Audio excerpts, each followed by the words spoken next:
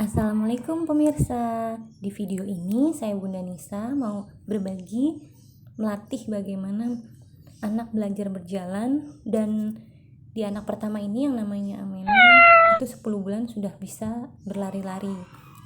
Nah, dari mulai merangkak prosesnya ke berdiri, kemudian itu cepat banget memang prosesnya. Nah, kalau misalnya ini adalah mainan dorong yang terbuat dari kayu. Untuk tingginya harus seimbang ya pemirsa dengan posisi dada anak. Jadi pada saat didorong itu sangat mudah. Nah, ini usia 9 bulan udah bisa dorong-dorong. Ini adalah bentuk melatih supaya otot-otot kaki seimbang dan gerakannya juga bisa berkoordinasi dengan cepat. Nah, kalau misalnya penggunaan push walker ini memang sebagai sangat penting juga ya. Tuh. Hai Bun, sebenarnya cara efektif melatih anak berjalan itu bukan hanya menggunakan push walker yang harganya bisa dibilang mahal. Kita bisa menggunakan alat apapun yang ada di rumah seperti meja, dorong-dorong kursi, dan seperti ini juga bisa. Ini sebenarnya ayunan, kemudian anak saya memang suka ayun-ayun, itu melatih koordinasi kaki dan keseimbangannya.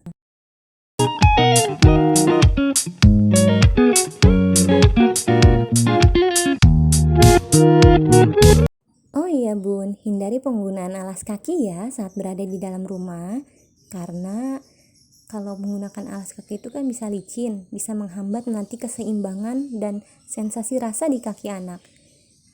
Ya, seperti ini. Dan beri respon yang mendukung saat si kecil mulai menunjukkan perkembangannya. Misalnya, kita kasihkan tepuk tangan dan semangat pastinya. Dengan begitu, si kecil jadi lebih terpacu dan semangat untuk bisa berjalan.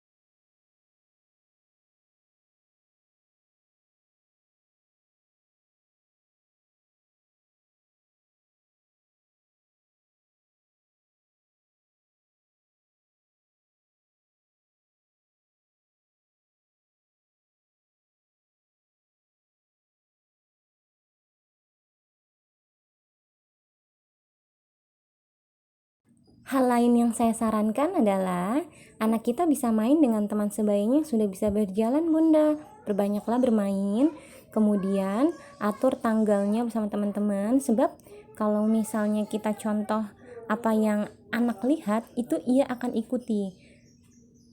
Jadi si kecil akan lebih termotivasi untuk bisa cepat berjalan. Jangan lupa juga untuk perkembangan setiap anak memang berbeda-beda Bunda. Kita perlu bersabar dan tidak perlu buru-buru. Pokoknya banyak lakukan stimulasi untuk perkembangan motorik anak ya. Nah, di video ini sudah mulai berjalan lancar di usia 10 menjelang 11 bulan pemirsa. Mungkin udah dulu. Untuk yang anak keduaku ini yang namanya Asraf memang lebih tertantang pemirsa, karena untuk usianya ini lebih dari 1 tahun dia belum bisa, maksudnya masih takut untuk melangkahkan kakinya untuk berjalan, padahal dia sudah bisa dari mulai usia 12 bulan itu ya, selangkah demi selangkah. Ya, inilah kendala terbesar yang ingin saya share. Jadi untuk mainan apa saja kita memang coba berikan, kemudian untuk terapinya di sini lebih intens. Saya lebih sering memberikan terapi untuk pijat ke kaki anak, kemudian berikan juga untuk pagi-pagi uap embun yang ada di rumput itu pemirsa, pijatkan ke kaki anak. Ya, namanya apapun ikhtiar kita coba ya. Padahal dari usia 10 bulan anak saya kedua ini sudah bisa belajar naik tangga sendiri, tapi setelah 1 tahun itu dia mulai takut. Itulah yang menjadi tantangan terbesar untuk setiap orang tua ya, dimana sih yang udah 1 tahun masih belum berani gitu. Untuk itu kita bahas ya, apa sih tipsnya. Untuk tips berikutnya saya lakukan adalah sabet belut ke anak setelah pulang dari Jumatan. Itu waktunya sebenarnya kapan aja sih ya, cuman kan lebih baik kita doain juga si anak, kita pijat. Setelah disabet belutnya, konon jangan dimakan, itu harus kita buang ke kali, entah kenapa dan alasannya apa. Mungkin supaya jalannya cepat kali ya kalau di kali. Nah itu sebenarnya hanya mitos kalau menurut saya ya, soalnya yang bisa membuat anak cepat berjalan itu intinya adalah stimulasi dari orang tua dan bagaimana cara kita memberikan training ke anak. Apabila anak merasa malu, apabila anak merasa takut, itu sebetulnya ya kita kasih support ke anak. Itu sih intinya.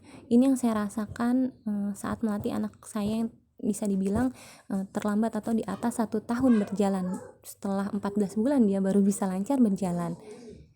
Ya setiap hari kita coba untuk dilatih terus, stimulasi itu tanpa henti.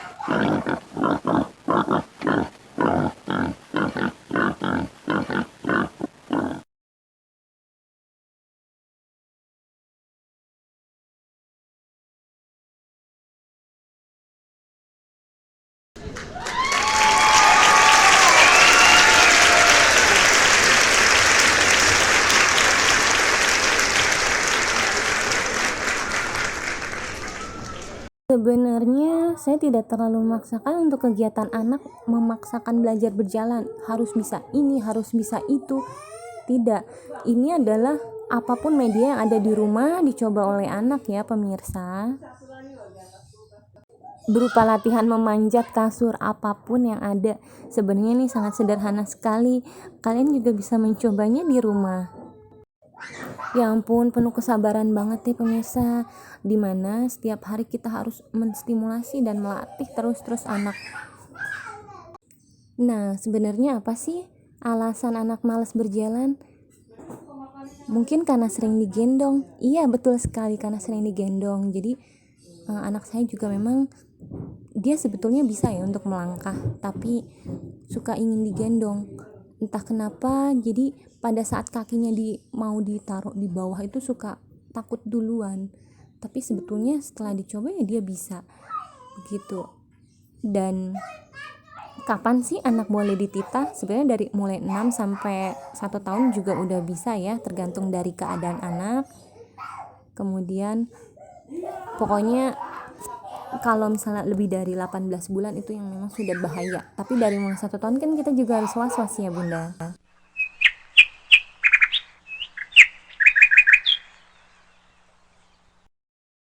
Untuk menitah anak bisa dari depan ataupun dari belakang pemirsa. Nah ini sebelum si Ashraf disabet sama belut, kemudian ini lagi ngeliatin belutnya, dia berani sama belutnya dipegang juga berani. Jadi memang tidak efektif kalau menurut saya. Kemudian ada lagi untuk belajar berdirinya, ini sebenarnya sudah bisa dia melangkah ya, tapi masih suka takut. Jadi jawabannya bagaimana? Apakah mitos atau fakta? Kalau menurut saya sih itu mitos. Dan alhamdulillah sekarang anak saya sudah berani berjalan dengan durasi yang lebih lama. Sekian dulu sharing dari saya tentang anak pertama dan kedua saya yang memiliki lebih tantangan untuk melatih berjalan. Nah, bagaimana dengan bunda-bunda semua? Apakah punya pengalaman seperti saya? Bisa share di kolom komen. Dan bye-bye. Assalamualaikum warahmatullahi wabarakatuh.